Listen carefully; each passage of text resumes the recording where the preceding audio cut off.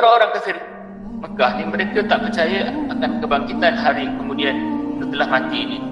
Di akhirat nanti akan dibangkitkan semula. Sebab apa? Sebab mereka berpegang pada hukum adat. Sebab apa? Tak pernah berlaku lagi orang yang mati hidup balik. Itu mustahil lah. Mustahil pada adat orang yang mati hidup balik.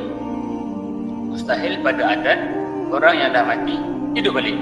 So mereka menjadikan hukum adat tu sebagai pegangan mereka, dan mereka menentang apa yang Nabi SAW bawa. Sedangkan perkara itu adalah harus berakal.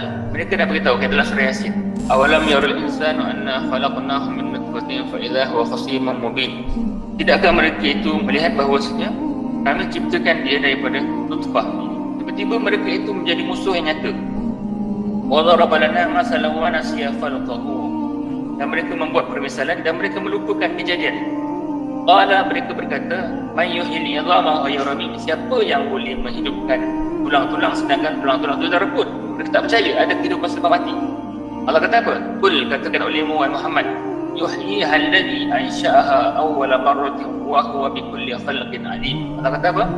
Yang akan menghidupkan tulang belulang yang dah reput tadi adalah dia zat yang telah menciptakan pada mula-mula dahulu. Itulah Allah. Wa huwa bikulli syai'in alim, dan dia maha mengetahui dengan setiap sesuatu.